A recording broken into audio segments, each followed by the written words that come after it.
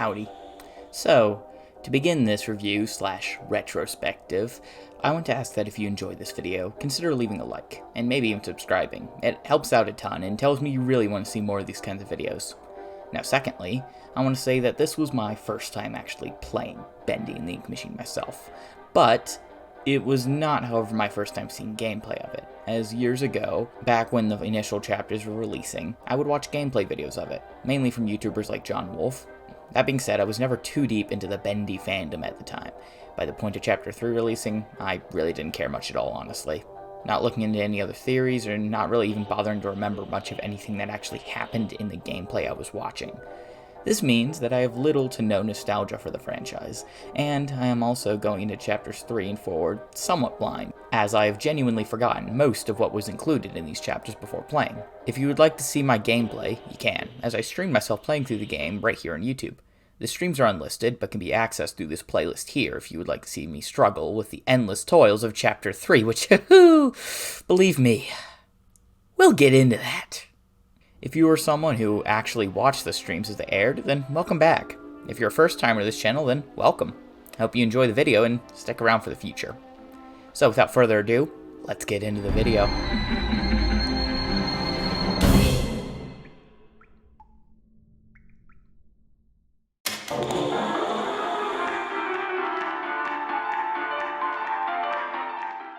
Bendy and the Ink Machine started as an idea, like all games. The idea here being to emulate classic cartoons in their respective visual style in a video game. Something that the developers at the time noted as looking creepy, and thus they came up with the idea of Bendy, as a monster that could hunt the player through the newly developed setting.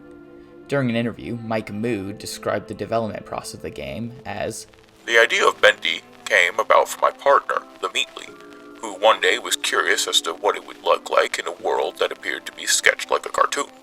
While putting the environment together, he soon realized it felt creepy, and it needed some sort of monster. This is when we created the character Bendy, which wasn't named Bendy at the time, until later on he made a 3D model of it, and a typo while saving it in a 3D model program Blender, saved it as bendy.blend. Thus, Bendy was born." Mood also notably commented in another interview that the game was heavily inspired by the BioShock franchise, with both games taking their horror elements from the 1920s-esque setting, as well as drawing comparisons between Joey Drew and Andrew Ryan, both characters from their respective games, whose ambitions grew too great and eventually led to their downfall. Mood commented that the first chapter of the game, entitled Moving Pictures, was made in just 5 days, from start to finish, releasing on GameJolt on February 10th, 2017, with the second chapter being made in only 6 weeks, releasing April 18th, 2017. Although both of these chapters were later rebuilt to fit in better with the ideas of the later chapters. An important thing of note about the game is that since Kindly Beast Games, the indie studio behind the game, was so small, they have no QA team or playtesters, meaning that the developers also serve as the playtesters, which of course means that since they made the chapter, they have no issues running through it with ease, although fans likely will not have the same knowledge that they do. And this is what led to Chapter 3 being one of the most divisive upon its release on September 28, 2017.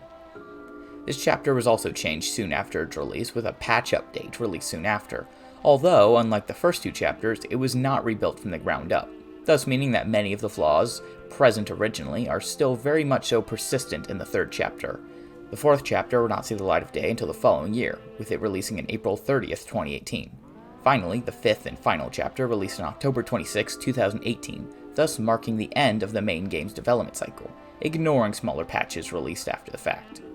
As the game released, it quickly garnered a huge following, a mainly child audience, something that is still surprisingly strong to this day, nearly 4 years after the release of the last chapter.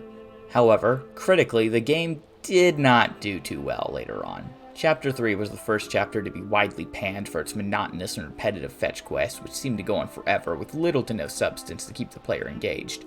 The game was also riddled with bugs which, again, persist in some ways to this day, despite all of the patch updates. The game also received lots of criticism for its story, combat, and other gameplay elements which I will delve into deeper in a later segment. Overall, however, the game was a financial success and would serve as a catalyst for a whole new gaming franchise.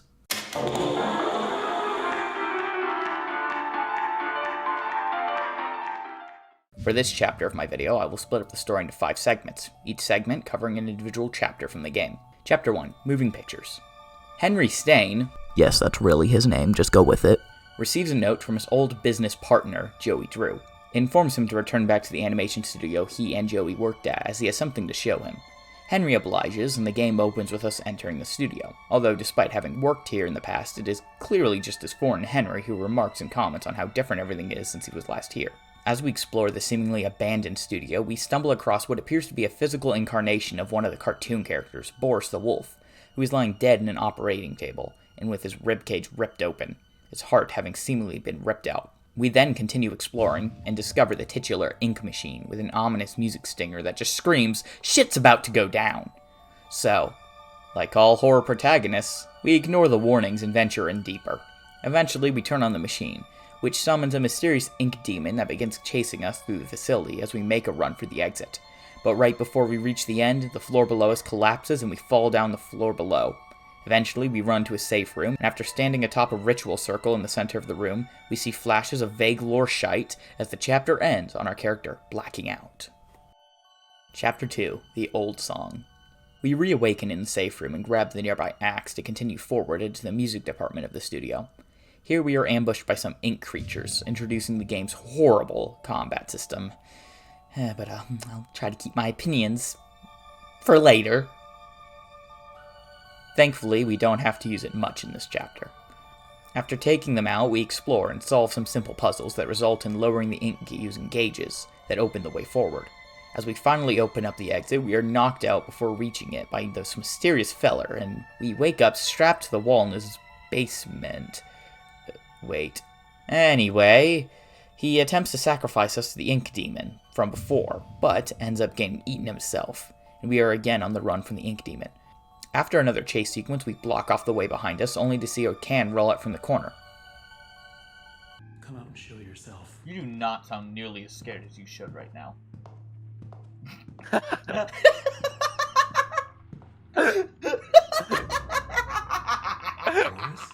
Fucking plug walk. Boris? You legit just did the fucking Chad. And with this, the chapter ends. Chapter 3, Rise and Fall. Okay. I can do this. Chapter 3. Chapter 3 begins with us waking up in a strange hideout. I don't know why we are just waking up, but I guess we passed out after seeing Boris. Either way, we wake up and enter the main room to see Boris chilling, who is apparently holding us hostage until we make him some bacon soup. So, after doing so, he declines eating it, and instead follows us out into the darkness ahead. We journey onward until we reach this room. Boris takes to the vents to open the way forward as we continue into this room, where we are introduced to this fucking wench. I don't like this bitch very much. Can you tell? She introduces herself and then breaks out and then disappears in the darkness. We then continue exploring until we finally meet back up with Boris and take an elevator to this part of the studio. Here we learn that Alice has been taking Boris's and using their hearts and goop to make herself whole or something like that. She then tasks us with doing her to-do list while she sits here and continues torturing the sodding Tic Tac man. This is where shit gets repetitive. So first, she tells us to go out and steal her some gears. After doing so, we return, and she tells us to go out and steal her some goo. So we go out and do that. After doing so, we return, and she tells us to go out and steal her some parts. So we go out and do that. After doing so, we return, and she tells us to go out and break some Bendy statues. So we go out and do that. After doing that, Actually, I think you get the picture. Eventually, we reach a combat encounter, and are free to continue with the actual story. We enter the elevator with Alice sending us to the floor 14, where we must find her more shit. I fucking hate this chapter. Holy shit, I fucking hate this chapter so much. Oh my fucking god. Finally, after doing this, we return it and are able to move the fuck on. But she tricks us and crashes the elevator down and down as we black out upon the crash.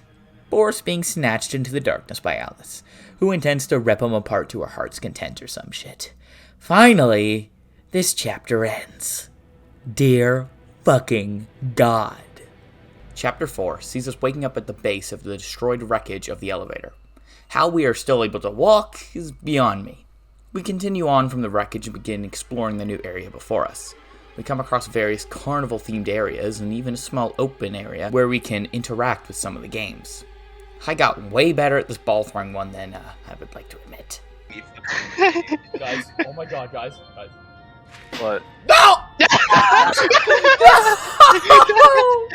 It literally went through it. That was so fun. I don't like this game very much. I think you're just terrible at this game. I'm really good.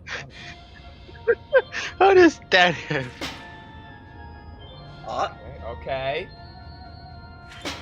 Okay. Okay. This is the easy one. Literally, please finish it.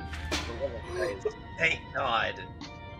Yes! You won! Oh, I already had the achievement. I didn't need to do it anyway. Oh. This was also where my first softlock occurred, as the game failed to open the first door after finishing the games, as it is normally supposed to. Although, I finally made it through, after like 50 playthroughs of Chapter 3, but I'll explain that later. Even still, Chapter 4 is a huge improvement over Chapter 3, but it is still overall, not good. All of the puzzles still devolve to the basic strategy of find this thing and bring it here. It really feels like a checklist. Sure, the first few chapters were like this, but by this point it's just getting old. But I will try to keep my opinions for the review part of the video. Anyway, after opening this door, we get to another lever that leads to another lever that then leads to another door. I'm seeing a pattern here. Yeah, the next few rooms have individual challenges in them, but overall it's just opening a door to get to a lever that opens a different door elsewhere, rinse and repeat. Finally, after a fight with Bertram in the third door, we open the fifth and final door that leads to a boss fight with, Boris? Yeah, he's been taken and remade into this by Alice. Upon defeating him, he fucking dies, and Henry doesn't react at all. Guess they weren't that close after all. Held it up. I'll just die. Don't worry, I think Boris just did. I saw a Let's Play by John Wolfe where he attempts to use a device that can give you multiple random things in exchange for ink, and here he tries to use a bone to stop Boris in a peaceful way, but the game forces you to take a linear path and beat him up. This wasn't an idea that occurred to me to try, but the idea of using an item like this to actually influence the story in a different way could be so cool. I mean, surely there has to be a reason for this mechanic to exist, but no, it's never used in any way, and this would have been the perfect opportunity. Haha, bitch. Oh well, just a missed opportunity, I suppose. Anyway, Alice begins charging at us, only to get fucking cut down by another Alice and another Boris, and the chapter ends. Huh, cliffhanger. We awaken in a small wooden cell where we see Alice and Boris interacting outside. Boris seems pretty off-put and distrusting of us, but Alice offers us a Sheikah slate to see a bunch of invisible writing on the walls. However, when the ink demon attacks the hideout, Boris makes Alice escape with them leaving Henry behind. However, using the Sheikah slate, we are able to escape and continue on our own. We go on a magic boat ride across a river while being chased by that thing. Eventually, we reach the mainland at a small wooden town, where we are attacked by Sammy Lawrence, who is alive again, I guess. Well, not for long. So after being saved by Boris, who I guess doesn't hate us anymore for some reason, and Alice, we fight off a horde of ink monsters that goes on for so long that I thought the game was waiting for me to do something, but no, it's just incredibly drawn out for, I can only assume, padding.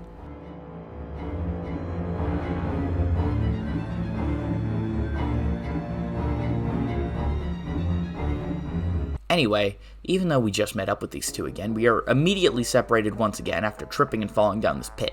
We discover and explore a new series of offices and complete another simple but repetitive puzzle. Finally, we meet up with Boris and Alice again. Alice nearly gives me a heart attack before Boris cements himself as the new best character.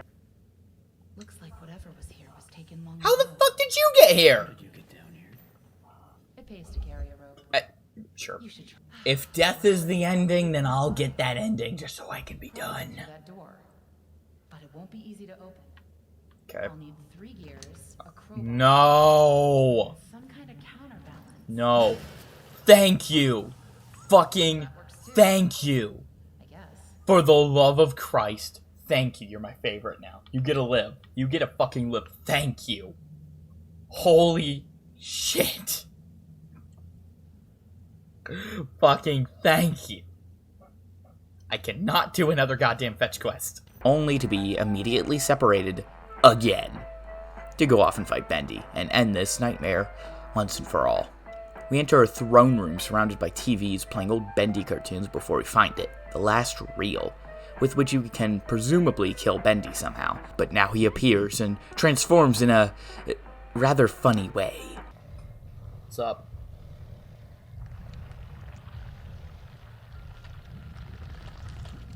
That's unnatural.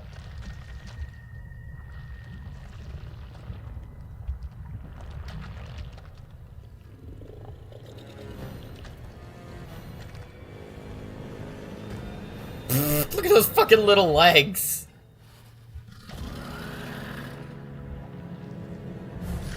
My first response is to laugh at the big reveal of your final boss. That's not a good sign. That's fucking hilarious. Anyway, one underwhelming and rather shite boss fight later, we put the tape in and, well, I'll just play what happens next. Oh, we're going to win this? Oh, no, okay, we're gonna shoot him with a laser. No? Wait, what's happening? I'm sorry, but what? What? What the fuck was that? Okay. Henry, so soon. I didn't expect you for another hour yet. Now you're just trying to impress me. Henry, come visit the old workshop. Oh, is this a prequel? There's something I need to show you. Well, no, because we had the note. What's going on? No, don't you fucking dare. Okay. All right, Joey. I'm here. Let's see if we can find what you wanted me to see. What?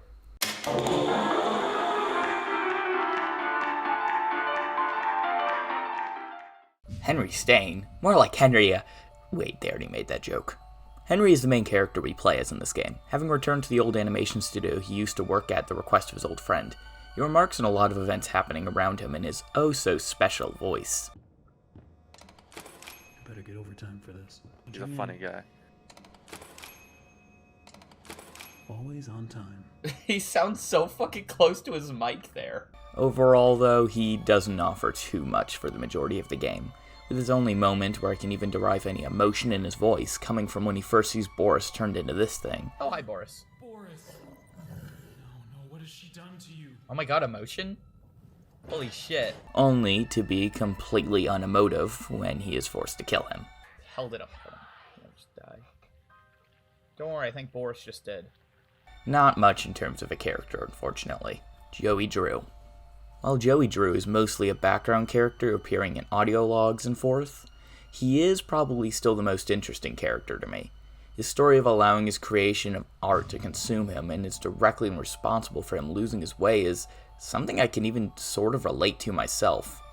With a whole mound of now cancelled projects from the olden days, ambition can be a bitch, and seeing a character in their downfall displayed through something like this is really cool. The only real issue is that it again feels very similar to BioShock, but nonetheless, it's still a cool character flaw, and it's not like BioShock owns that villain idea. Alice, evil! Alice, evil! Or just Alice, as I'll be calling her, is first encountered in Chapter 3, where she forces you to do a bunch of errands for her in exchange for her promise of freedom. Throughout, we get a look into her psyche, and how she will do anything she must to keep herself beautiful.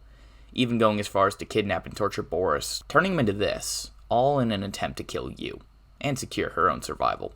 Something that inadvertently ends up leading to her own death. Ironic.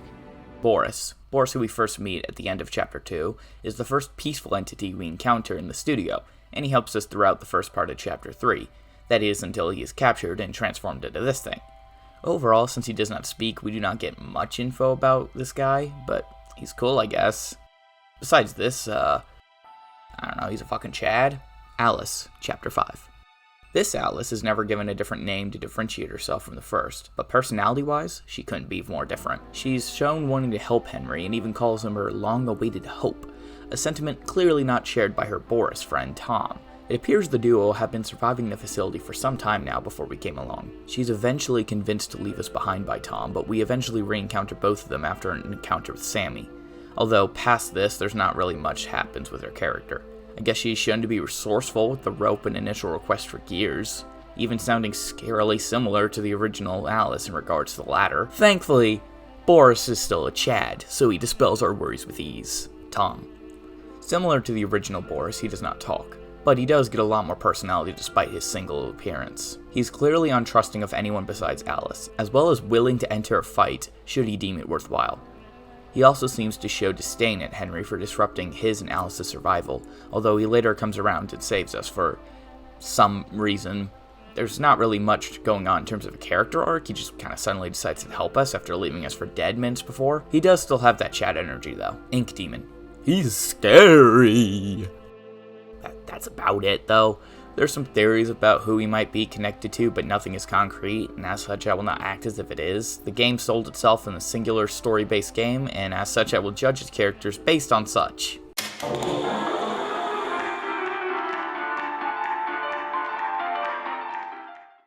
The gameplay of Bendy and the Ink Machine takes many forms depending on what is needed, but the primary gameplay loop sees you controlling a first-person character as you explore and complete simple puzzles through a set number of explorable rooms and hallways. The controls are simple movement, jumping, and if you have a specialized item, being able to use it to do its function. Mainly attacking with melee weapons. As such, many of the puzzles boil down to find this switch and interact with it to activate a door that will give you a clue to the next puzzle, or open the way to the next room. It's a fairly simple and repetitive concept, although this is not necessarily a good thing, as certain parts of the game, such as Chapter 3, will make use of this to send the player in repetitive and long fetch quests that, when put back to back to each other, feel like the exact same task, but with a different skin. Combat isn't much better, as all you can do is a left click to attack. There are no combos or special openings, even jumping doesn't play into combat at all, making it a boring and often annoying task to take out enemies. As your movement speed is so slow, it becomes impossible to avoid certain enemy attacks while still being close enough to hit them, so you will most likely tank hits to take down enemies and then retreat until the auto heal kicks in, only to repeat the process, as this is the only way to cheese certain combat encounters. One of these examples being the fight against the Butcher Gang in Chapter 3, in which the game resets all spawn puddles to send out a searcher if you get near, as well as sending out 3 tougher enemies at you. Kiting, or the process of hitting them and then quickly retreating back to avoid their hits, is not an option, as the enemies have an equal hit range to you. You also do not have a way of blocking. You must accept the damage dealt to you before you are able to attack again. In small portions this is fine, but when up against multiple enemies it becomes nearly impossible to avoid getting swarmed. Thus meaning the only strategy is to take them on one at a time, and then run away whenever you take substantial damage. Thus meaning a key part to the combat system in the game is fleeing and waiting for the health to slowly regenerate, which is marked by how dirty your screen is with what I believe is either ink or blood. This isn't even the worst encounter in the game though. Chapter 5 gets that title, as after arriving in this small town after the boat ride, you come across the longest combat encounter in the game. This combat encounter goes on for so long that I thought the game was waiting for me to do something. Like, it was just spawning enemies infinitely until I accomplished a specific task. But in the time I took to look around, a swarm of enemies began spawning and ended up killing me multiple times, as, like I mentioned earlier, escaping swarms can be near impossible with how the combat system functions. It is because of this I can only imagine this was done to pad out the game, and as such I feel no remorse in calling this the worst combat encounter in the game. The combat always made me groan whenever I had to personally use it, and was never something I was looking forward to. Aside from this, there are also specific boss encounters. Now, it is somewhat challenging to figure out what the game classifies as a boss fight, as there are few similarities between them, and they are given out seemingly random intervals. So I will be going off what most fans seem to deem as boss fights. Sorry, Bertram, but apparently you do count. I'm gonna do this game a favor and not classify this as a boss fight. Because holy shit, if I do that, then I just feel bad. Meaning that our first boss is Bertram Piedmont in Chapter 4. Yeah, Chapter 4. That's how far it takes to get to a boss. Chapter 4 out of 5 chapters. Nice. Anyway, maybe it's a good thing that there weren't any before this, because this boss fight is janky as hell. While the reveal and concept of it are cool, the actual fight leaves a lot to be desired. You see, Piedmont has apparently taken up residence inside this old ride, which is stationary, but it has large arms it can use to smash things, meaning that if you stand out of range of this boss, it can't hurt you. That's right, a boss that cannot even touch you if you stand just slightly out of reach. The crux of this fight is sitting here and waiting for it to slam its hands down so you can remove the gears holding it together and then run back to the safe spot. So basically, just sit, wait, run in, back out, only to rinse and repeat a bunch of times. Pretty boring, honestly. But maybe the next boss is better? Brute Boris serves as the second and final boss of Chapter 4, and he's probably the best boss in the game. I know, singing praise, right? So what's his fight like? It's gotta be something pretty special to beat the final boss, right? Well, he charges at a wall, and then you hit him. Yeah, it's the most cookie-cutter generic boss fight you could imagine in a game like this. No originality, no nothing. He does finally get a little more unique in the third phase, where he throws stuff at you, and then you get stunned at random. Yeah. So in summary, it's even fucking easier than the first two.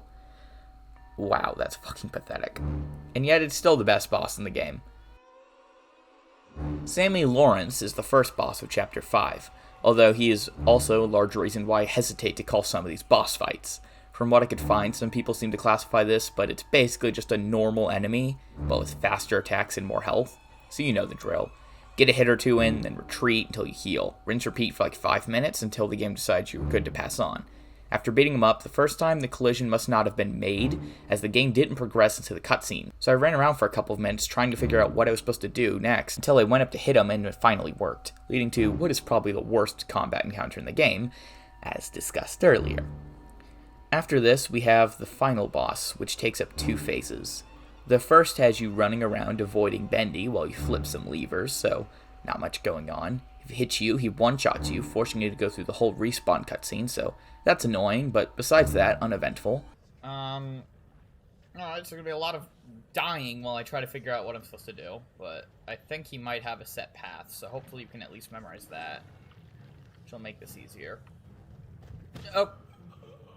Okay. That's awesome. Overall, though, it's not too bad once you realize you can just hug the walls and he can't get you. Then it just becomes, you guessed it, a waiting game, where you wait for a cycle to complete so you can get from spot to spot without dying. At least the levers don't reset from the beginning when you die, like some games. The second phase is the more exciting one, where you let him run into the pillars so he's stunned. Only now you don't even attack him after he's stunned. You just wait for him to come back and run into another pillar. So yeah, those are the 4 bosses. Fucking dog water. All of them.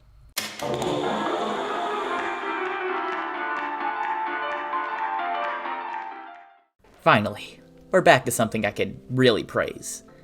Because the soundtrack to this game is fucking amazing. The way it perfectly emulates the classic sound of those old and iconic cartoons. It feels like the music was ripped straight from the 60s. This soundtrack's gonna be split into 2 parts. The songs heard in the radios, which is in-universe music, likely from the actual Bendy cartoons, and the non-diegetic music that we as the players hear.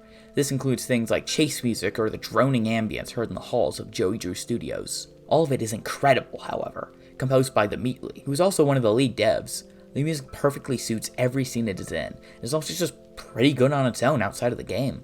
They even included some covers of their YouTuber songs that would pop up from the fanbase, such as the game's Build Our Machine, showing up via radio in Chapter 2.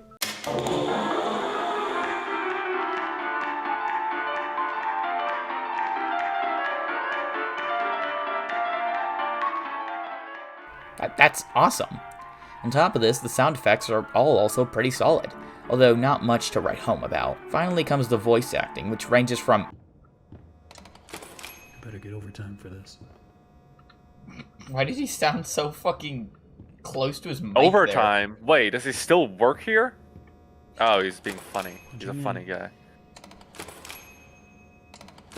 Always on time. He sounds so fucking close to his mic there. 2. Now we come to the question. What question? I'm good at Do I questions. kill you? Do I tear you apart to my I heart's don't like that delight? question. The choices of the beautiful are unbearable. Oh, like Freddy Fazbear. How's a girl- Me and my friends found the main character's voice so funny that we ended up using the save system so much that it permanently fucked up my save file for the first time through. I'm not I'm not joking about that. But, more of that story later. Overall, the voice acting is a pretty mixed bag, but even at its worst, it's never Pauly Shore Pinocchio levels of bad. Father, when can I leave to be on my own? I've got the whole world to see. And it still fits in with the world. Who knows, maybe Henry is just completely unemotive when prompted with man-made horrors beyond his comprehension. Also, the clip where he first sees Boris is fucking hilarious, so I'm playing it again. Oh, yeah, this is when we need Boris. Someone there? I know you're in here. Come out and show yourself. You do not sound nearly as scared as you should right now.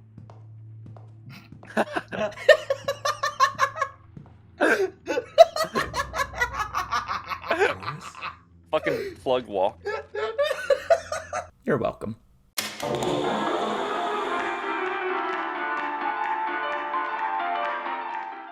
The graphics and textures of this game are something I certainly won't diss. I fucking love the way this game looks, which is good considering the entire game was built on the concept of visuals alone. The sets really do look like sketches adapted to a 3D setting, and it really pays off in selling this game's unique atmosphere. This is something that remains great all the way through the game, and from the looks of the glimpses we have gotten of the sequel, this aspect will only continue to improve. I suppose if I had to pick a criticism with it, it would be that it does get a little samey after a while, but honestly, I'm fine with it. I think this looks perfect for what the game's trying to be and matches the tone of the game flawlessly.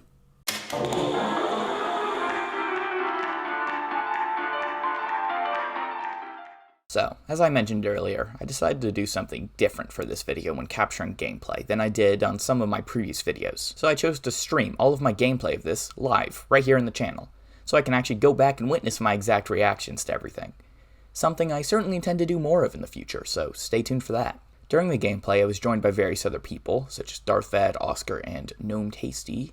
So, check them out. They're pretty cool. They're pretty cool people. So I will leave links to each of their channels and respective social medias below if you want to check them out. Overall, though, I found my experience to be relatively normal as I played through. This was up until Chapter 3. Yeah, we're going back to Chapter 3. And if you have been paying attention, you will know I have a tendency to abuse the save system literally for the sole reason of hearing the character's voice lines whenever he saves, because they are pretty funny to me for some reason.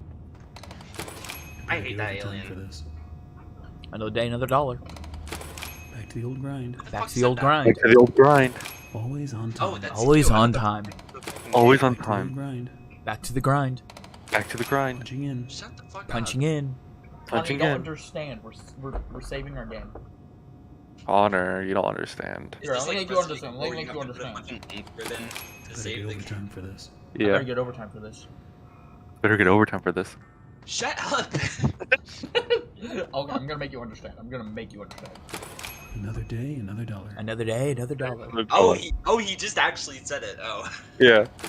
The main character is Back to the old grind. Now, at this part in Chapter 3 is where I really began to abuse it, and sure enough, it fucked it up so bad to the point where the saving system apparently wasn't working for some reason. Only issue? I didn't realize this until I closed the game and reopened it in an attempt to get the game working again due to a soft lock in Chapter 4. Can you guess what happened when the game opened back up? Please, we've been good. Fuck. Yes, please. Hi, AMG. Hi, AMG. Please, kid. No! What? What? What? It just reset me back 2 chapters. What? How? Stop the cap. It How? reset me back. What? How? The game had reset me all the way back to the start of the worst chapter in the game. Now, I've gone over why this chapter sucks monkey balls in the story section, so now multiply that by 2 in my playthrough. So I finally reached the ending of Chapter 3. Literally all I had to do was press a single button in the elevator to get back to Chapter 4, but the button wouldn't press. I tried, and tried, and tried again, but nothing. The game had soft-locked again. So, I reluctantly left the game with the intent of re-entering, only for this to happen.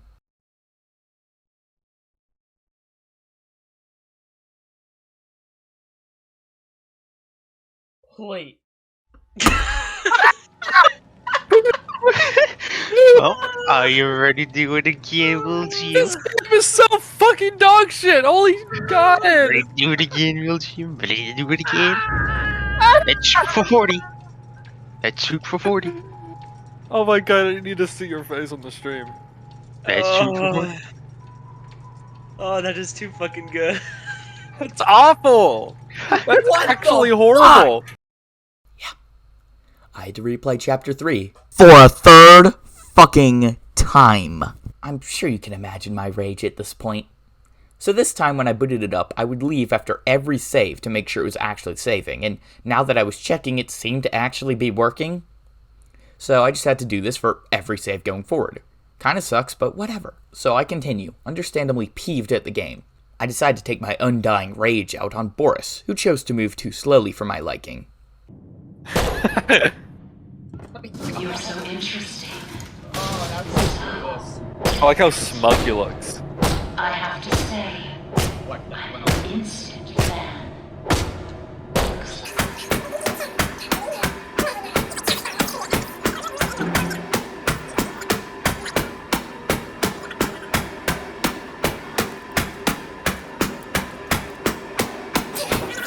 Little did I know that choosing to hit Boris the whole elevator ride down to this floor would result in, you guessed it, another soft lock. My game was soft locked again. But guess what? Now that the game is soft locked for a third fucking time, guess what it does? It fucking saves. The game finally decides to save after the soft lock, thus rendering the entire save file up until this point completely unplayable. I had to start all over from Chapter 1 again. It's horrible. God, I have to do this all again. We're only just now getting to the beginning. Wait, please tell me it's not soft lock again. Oh. I think it is. Yeah, it's soft lock. What the fuck? I have to be forgetting something. It. I have to. I genuinely think that we just fucked the game by saving so many times. Yeah, this poor game can't handle it. Yeah, I'm looking up a guide. Okay. Okay, we need Boris up here. Do I have to get Boris out of the elevator? Is that why it's not letting me? Because for some reason he didn't get out of the elevator to begin with, and now we went down. If he's not in the elevator, we're actually fucked. Like, this entire save is corrupted, and I have to start from Chapter 1. But why does Boris need to be there? Thank God. Okay, go. I thought he. Go!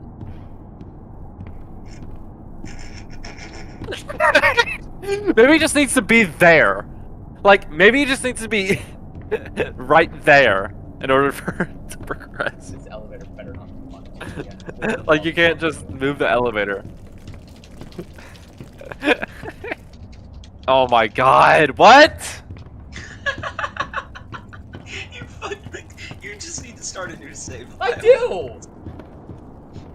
I think you have to at this point. I think this one is just fucked. You saved it so many fucking times. It's actually unplayable.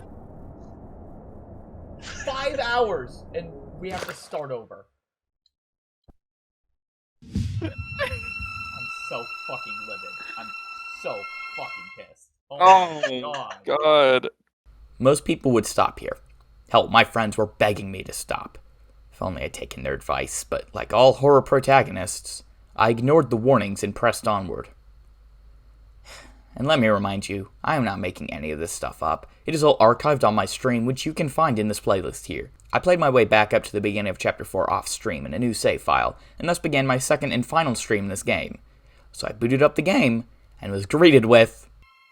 So, yeah, you can see I kind of rushed through. Wait, why does it say Chapter 3? No, please be Chapter 4. That's not Chapter 4. That's not... Oh no. Okay. So, last time, I had to replay Chapter 3 a couple times. Okay. Game deleted some of my save data. That's awesome again. Okay. Okay. That's how you know it's going to be a good fucking playthrough. Oh boy. Oh boy. Oh boy, we're back. I just want to sleep, man. I just want to sleep. I'm so fucking tired of this shit, man. So fucking tired. So I played through Chapter 3 again.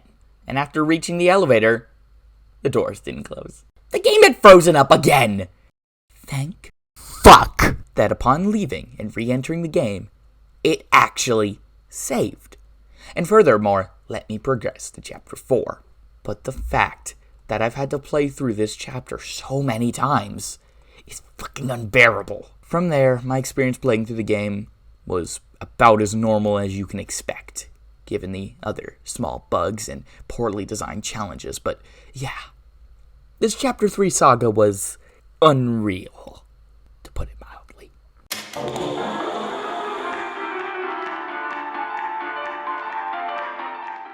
Finally, before I reach the conclusion of this video, there is one more topic I feel it is extremely important to discuss and acknowledge, and that is the controversy with Joey Drew Studios, the indie studio behind the game.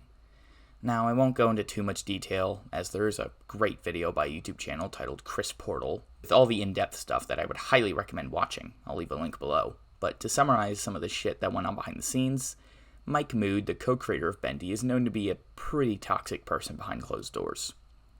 There are accounts of him taking the files from the at-the-time in-development Showdown Bandit game and scrapping all of it, creating a much worse product in the process, and then releasing it with the credits to people who'd worked on the far better version still intact, thus passing the blame onto them for the poor product. As well as canceling said game after its first chapter failed to live up to merch sales. Yeah.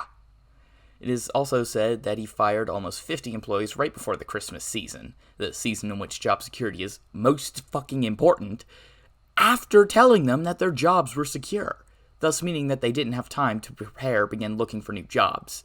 On top of this, he forced them to sign an NDA, or non-disclosure agreement, which we can only assume is regarding workplace harassment of some kind, a theory that is posited by some leaked Reddit posts. All of the ex-employees sort of had to sign this agreement, though, now that their livelihood and only source of income at the time was at risk, thanks to this fucking scumbag. On top of this, there was a whole load of other shit that happened and is still happening to this day, but again, I would highly recommend watching this video as it sums it all up pretty well. Needless to say, though, this kind of activity is another reason why I cannot, in good conscience, recommend anyone buy this game anymore, as we'll only continue to support these shitheads in charge. In fact, had I seen this video before starting work in this video, there's a very real chance that I would not have bought this game for this video in the first place.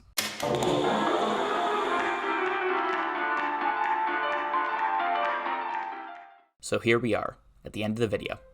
I suppose to summarize my thoughts on the game as a whole, well, I'm not really a fan, if you couldn't tell. The story aspect makes no sense and reeks of it being made up as it went along, with characters being introduced and then killed off at a hyper pace. The gameplay being a repetitive slog to get through, and the charm of it being from an indie studio being massacred and ruined by the ugly truth behind Mike Mood, who would directly profit off of both sales of merch and the games. This game really is a shit show, and that's ignoring all the bugs and glitches as well. And an ironic one at that. Joey Drew as a character perfectly embodies someone who wanted to start an honest business and got lost along the way, with greed and ambitions clouding his better judgment until it all comes crashing down. I believe we are witnessing that crashing down now for Joey Drew Studios. Rumors are saying that Bendy 2 will release sometime this year, and I wouldn't be surprised if it goes the same way as Showdown Bandit and flops, leading to more layoffs and eventually the cancellation of all future Bendy-related material. Or it will succeed, again like the first one. More merch will get pumped out and the cycle will only continue. I don't know the future for sure. All I can do is sit here and make assumptions, but this is something we see all too much in the gaming industry now with AAA studios. So I personally have no interest in following any updates in the Bendy sequel as of now. Who knows? Maybe things could really change in the future. Maybe Mike will fully apologize for all the shit he's done, and maybe Bendy 2 will be the best game ever made, but I doubt it. Going back to this game, however, it's a jumbled mess of parts, but deep down in its core, I can see what was once a shimmering, bright idea, blotted out in the inky darkness that surrounds it now. This game's first chapter still offers a glimpse at that lost hope. so I only hope that other indie developers can learn from this game as a tale of how not to develop a game like this. Don't let it consume you, or you might end up just like Joey True, or worse yet, Mike Mood. Hey, thanks for watching the video all the way through. If you've got an idea for what game I should make a big review/retrospective-like video for next, then leave it down below in the comments. I'm currently eyeing SCP Containment Breach for a possible contender, and would love to hear from you guys if that's something you might be interested in. Anyway, take care y'all, and hope to see you around soon. Ciao!